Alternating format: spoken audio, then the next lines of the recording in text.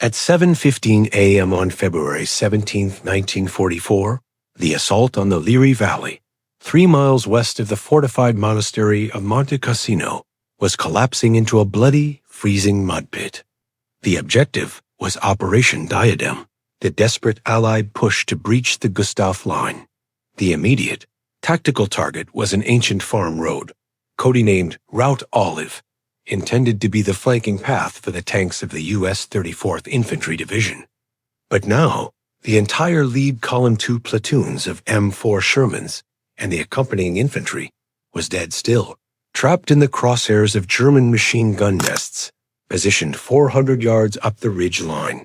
Pressed flat into the churned earth behind the tracks of a stalled Sherman, known as Hellfire, was Corporal Frank Gonzo Gonzales. He was 19 years old, smelled perpetually of hydraulic fluid and scorched metal, and held a rank that was barely technical but absolutely critical. Combat Salvage Engineer, 51st Independent Company. The immediate obstacle wasn't a bridge out or a minefield. Those are expected. It was a perfectly placed, reinforced anti-tank ditch, 12 feet wide and 8 feet deep, which the reconnaissance teams had completely missed in the pre-dawn fog. Now, every time a Sherman gunner even considered swinging his turret, a screaming 75mm anti-tank round from a hidden German Pak 40 position 800 yards away would force them back inside. The lead Sherman had tried to cross. It was now a burning wreck, its treads separated and thrown into the ditch, its crew reduced to ash. "We're done, Gonzo," shouted Sergeant Peterson, his face smeared with grease and rain, yelling over the sound of incoming mortar. "Call it in. They want us to hold position until dark." Gonzales didn't answer. He was staring at the ditch, at the raw, wet earth. The manual procedure for crossing an anti-tank ditch of this depth, under heavy fire, involved calling up specialized bridging units, a process that would take a minimum of 4 hours, guaranteeing the death of everyone currently pinned down. But Gonzo wasn't trained by the manual. He was an iron junkie. The 51st Independent Salvage and Combat Engineers had not been formed out of a desire for tactical brilliance, but out of necessity and bureaucratic exasperation. They were the men the Ordnance Corps couldn't trust, the ones the regular infantry despised, and the ones the MPs constantly chased for stealing parts. They were the ghosts of military inventory, men who had started the war as gifted mechanics, welders, and drivers, but whose independent streak and sheer audacity led to constant disciplinary issues. If a standard mechanic saw a broken part, he ordered a replacement. If an iron junkie saw a broken part, he saw an opportunity to invent a better one using scavenged scrap. Their commander, Major Elias Vansa, grizzled, one-eyed veteran who had learned long ago that rules only applied when things were going well, had gathered them. Vance understood that in the chaos of constant movement, supply lines failed and doctrine collapsed. Survival belonged to those who could build a solution out of nothing. The core philosophy of the 51st, hammered into Gonzales during his unorthodox training in North Africa, was simple and often illegal. If it works, it's regulation. If it fails, only you go to prison. They were the masters of ad hoc engineering. They didn't use regulation sandbags. They used salvaged metal plating filled with concrete scraps to reinforce weak tank armor. They didn't wait for supply trucks to deliver fuel. They had systems for filtering the last dregs of abandoned tanks. They knew how to hotwire anything made by man or machine, and they treated every military supply yard like an open-air hardware store waiting to be pillaged. In the 51st, men like Corporal Gonzales, who had been caught fabricating fake documents to acquire unauthorized acetylene torches, were not punished. They were promoted. Now, pinned down under the relentless German fire at Monte Cassino, with the clock ticking toward a complete rout, Gonzales knew that the only way forward wasn't doctrine. It was graft. It was the kind of quick, brutal, improvisational fix that would either get him a medal or get him executed for gross violation of safety procedures. He turned to Peterson. ignoring the sound of the machine guns. "Sergeant, how many 8-inch logs did the logging company deliver yesterday?" "The ones they wanted for the bridge supports, 600 yards back." Peterson frowned, confusion mixing with terror. 50? Maybe 60. "They're heavy as hell, Gonzo. Why?" "Because," Gonzales whispered, pulling a set of massive, heavily modified chains from the tools stowed inside Hellfire's hull. "We don't need the bridging unit to cross that gap. We just need to stop thinking like engineers and start thinking like bandits." The first phase of the assault had ended in failure. The official solution was retreat. The Iron Junky's solution was just beginning, and it depended on salvaging a dozen massive logs under murderous fire and using 2 tanks to perform a completely unauthorized and likely lethal act of combat construction. The next 3 minutes would determine whether the entire offensive stalled or whether Route Olive would open, but the odds of Corporal Gonzales surviving the next 180 seconds were approaching 0. At 7:25 a.m., Corporal Gonzales was inside the turret of the 2nd Sherman, Vindicator hastily explaining his plan to Private Miller, the driver, and Sergeant Peterson, the tank commander. The air inside the cramped steel box was thick with the smell of diesel, sweat, and the metallic tang of fear. "We're taking the chains, we're driving 600 yards back to the staging area, and we're coming back with a dozen of those logs dragged behind us," Gonzo stated, his voice flat and mechanical. He wasn't asking permission. He was stating an operational reality. Peterson rubbed his temples. "Gonzo, that stretch of road is under observation. The second we move, the Pak 40 will shift. It's 600 yards of open kill zone, and those logs weigh nearly a quarter ton each. You're trying to turn a Sherman into a logging sled. The Germans expect us to stay here and wait for the official engineers," Gonzo countered, clicking the heavy gauge, 3/4-inch ship chains onto the recovery hooks mounted at the rear of Vindicator. "That's why they haven't shelled the immediate area yet, only suppressing fire. We have maybe 120 seconds of pure chaos before they realize we're not retreating. We're collecting supplies." The improvisational nature of the 51st Company was about to collide head-on with German artillery discipline. Gonzales knew that the Pak 40 gunners, positioned strategically on the high ground, were looking for high-value targets, the immobilized Shermans or the infantry trying to evacuate. They were not looking for a single tank suddenly reversing at full speed to steal lumber. "Miller, full throttle in reverse the second I give the word. We need to hit 30 miles per hour and hold it," Gonzo ordered the driver.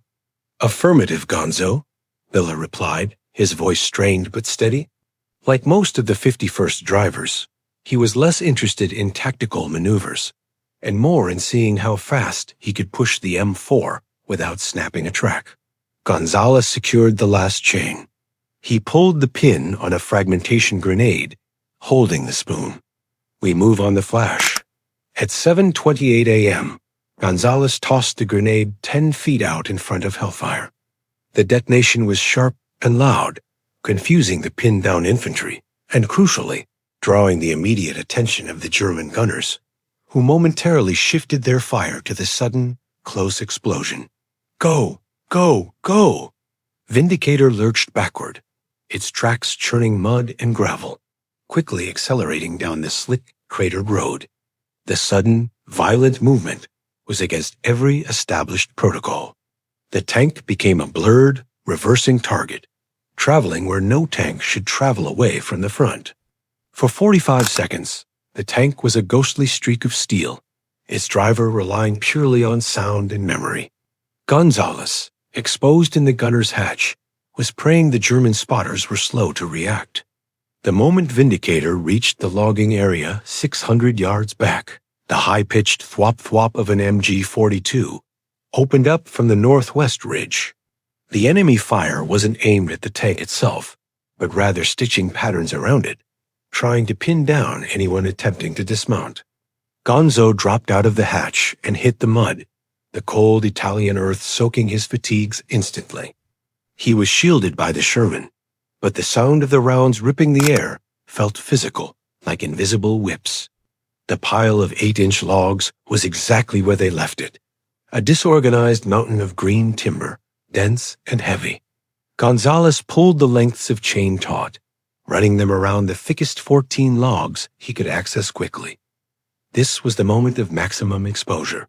He worked with the frantic speed of a man aware that every second was exponentially decreasing his chance of survival.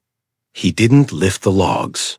He threaded the chain between them, wrapping and tightening, ensuring that when the tank moved, it would drag the entire cumbersome bundle as a single scraping mass. At 7:31 a.m., he slapped the hull twice the prearranged signal. "Pull slow, Miller. Just enough to take the slack." Vindicator moved forward 10 feet. The chains bit into the timber. There was a sound like tearing leather as the logs were dragged through the wet soil, and then a horrible, scraping screech as the rough ends of the timber caught on the road surface. The German response was immediate and devastating. The Pak 40 had finally acquired the target. Whoosh crack. A 75 millimeters high explosive round struck 20 yards to the right of Vindicator, throwing up a massive plume of dirt and shrapnel.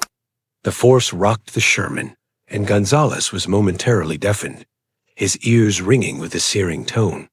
He scrambled back onto the engine deck, yelling into the interphone, "Full speed, Miller. Get us back to the ditch." Now.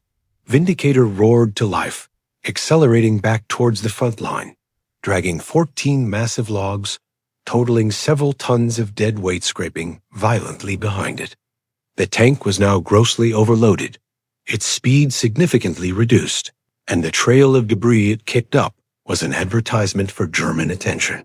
For the next 2 minutes, the Sherman was a magnet for every piece of metal the Germans could throw. But the combined weight of the logs provided an unexpected layer of mobile, makeshift armor to the rear of the tank, deflecting smaller shell fragments. By 7:33 a.m., Vindicator slammed to a halt next to Hellfire, barely 15 feet from the treacherous anti-tank ditch. Gonzo had the material. Now came the truly insane part, turning 14 random logs into a stable, load-bearing bridge under continuous fire. The survival of the entire column rested on how fast he could engineer a solution that defied common sense. 7:34 a.m., the two Shermans, Hellfire and Vindicator, were now acting as temporary shields for the small team of mechanics and infantry who had crawled forward to assist Gonzales. German fire was intensifying, transitioning from suppressive to targeted strikes, aiming to destroy the vehicles now known to be the center of the enemy's unusual activity. The dilemma was structural engineering under fire. An anti-tank ditch required a bridge capable of distributing the massive 30-ton weight of an M4 Sherman. Standard issue bridging sections were interlocking steel plates designed for stability. Gonzales had 14 crude logs. "Gonzo, we need time," Sergeant Peterson shouted, wiping the mud and spray from his glasses. "We can't lay these parallel and expect them to hold. They'll roll, they'll collapse, the treads will lose purchase." Gonzales was already measuring the logs against the ditch lip. He didn't have time for a foundation. He didn't have time for a perfect solution. He needed a survival solution, something fast, ugly, and just strong enough for one tank to rush across. He pointed to the closest Sherman, Hellfire, the one previously trapped. "We're using the second tank as the anchor and the crane. Get the commander out and rig the main recovery cable to the heaviest logs. We need to lay 4 logs across the gap and layer 10 more across those, perpendicular, to create a flat, rigid mat." This was the core of the illegal trick, using the recovery winch, designed for pulling tanks out of mud, as an improvised crane to precisely place massive timber beams under fire. The winch was not rated for dynamic lifts of this nature, and the strain on the Sherman's engine block would be tremendous. Gonzales sprinted back to Vindicator and pulled out the most treasured tool of the 51st, a customized, high-powered acetylene torch hot-wired to run off a salvaged battery bank he carried. He ignited the torch. The blue-hot flame hissed, a sound dangerously distinct against the backdrop of war. He began immediately cutting the 4 heaviest logs, not shortening them, but cutting large, shallow notches into the top and bottom faces near the ends. These notches were critical. They would allow the 4 base logs to interlock slightly with the ditch's wet earth, and, more importantly, with the 10 logs laid across them, minimizing the chance of slippage and rolling. 7:37 a.m., the German artillery found their range. A shell landed directly behind Hellfire, peppering the rear armor with shrapnel. The smoke provided temporary cover, but the tank was shaking violently. "Engineer, you got 30 seconds. They're zeroing in," the infantry lieutenant covering them yelled. Gonzo ignored the warning, his eyes focused entirely on the steel and the wood. He finished the 4th notch, extinguishing the torch. The air smelled of burnt sawdust and ozone. Peterson. Hellfire cable, now. The team secured the recovery cable of Hellfire around the first notched log. Using agonizingly slow, precise movements, Gonzales screaming the commands over the roar of the winch, they dragged the massive beam forward, carefully swinging it across the 12-foot span. The first log settled with a wet thunk on the far lip of the ditch. It held. They repeated the process for the next 3 logs, laying them parallel, spaced about 24 inches apart. The German fire was now so intense that the crew was working blind, relying purely on touch and sound, their bodies protected only by the sheer height of the Shermans. 7:40 a.m., the foundation was set. 4 notched logs spanned the deadly gap. "We need the mat," Gonzo ordered. The remaining 10 logs, which were shorter and lighter, were secured to the recovery cable of Vindicator. The plan was no longer about precision, but about speed and brute force. They were not placing the logs. They were dumping them. Miller revved Vindicator's engine. Vindicator moved forward, dropping the 10 logs across the foundation logs in a single, chaotic, scraping mass. The result wasn't a bridge. It was a rough, wooden raft, barely 6 inches high, held together only by the interlocking notches and the raw friction of the wood against the damp earth. It looked impossibly flimsy, completely unstable, and utterly insane. 7:41 a.m., the German Pak 40 fired again. This time, the round was dangerously close, hitting the berm directly in front of the makeshift bridge. Shrapnel rained down, tearing into the armor of Hellfire. The tank commander screamed that they were taking damage. "It's now or never," Gonzales yelled, scrambling onto the engine deck of Vindicator. He slapped the hull. "Miller, get us across. Maintain max speed. If you slow down, we're in the ditch." This was the high-stakes gamble. The momentum of the tank would have to carry it across the unstable bridge before the log shifted or collapsed under its static weight. The weight distribution was terrible, the friction unreliable. Any deviation in speed, any sudden stop, would send Vindicator plunging into the anti-tank ditch, blocking Route Olive permanently. Miller slammed the throttle. Vindicator lunged forward, gathering speed toward the flimsy wooden mat. 7:42 a.m. The M4 Sherman Vindicator, a mass of 30 tons traveling at an unauthorized combat speed, slammed onto the makeshift log bridge. The sound was horrifying, a massive, splintering crunch followed by a sickening series of deep, rolling thuds as the center logs compressed into the wet mud below and the remaining timber ground against the steel tracks. Inside the tank, Private Miller fought the controls, wrestling with the steering levers as the Sherman momentarily listed violently to the right. The crew felt the tracks slip, losing purchase on the wet, rolling logs. The tank threatened to skew sideways, grinding its treads against the raw edges of the ditch, a prelude to a catastrophic roll. For 3 agonizing seconds, Vindicator was teetering over the abyss, suspended by nothing more than 14 hastily assembled beams and the momentum of its charge. Then, just as the tank commander, Sergeant Peterson, was bracing for impact, the Sherman lurched forward and the treads found solid earth on the far side of the ditch. Vindicator was across. The silence that followed was broken only by the engine's roar and the distant, constant rattle of the MG-42. Corporal Gonzales, shaking, pulled himself up through the hatch, looking back. The log bridge, while scarred and partially destroyed by the passage of Vindicator, was still functional, a mangled, half-submerged wooden path across the 12-foot gap. "We're clear." Peterson's voice was hoarse with adrenaline. "Get the infantry moving. Hellfire, you're next. Full speed." The remaining tank, Hellfire, and the accompanying infantry platoon of the 34th Division used the opened route immediately. The Germans, momentarily stunned by the audacity of the improvised crossing, hesitated just long enough for the second tank to clear the ditch safely. The sight of two Shermans, now unexpectedly on the far side of the major anti-tank obstacle, galvanized the entire forward push. The lead infantry, seeing the flanking route open, surged forward, sweeping rapidly into the surrounding ruins of a small village that had been holding up the advance. By 7:55 a.m., 30 minutes after the entire advance had stalled, Route Olive was open. However, the cost of the gambit was immediate and high. While the logs held for the two Shermans, the crossing had completely destroyed the precarious structure. The logs lay shattered and splintered in the mud, no longer capable of supporting heavy traffic. The action had opened the immediate tactical position, but it had not solved the strategic problem of moving the rest of the armored column.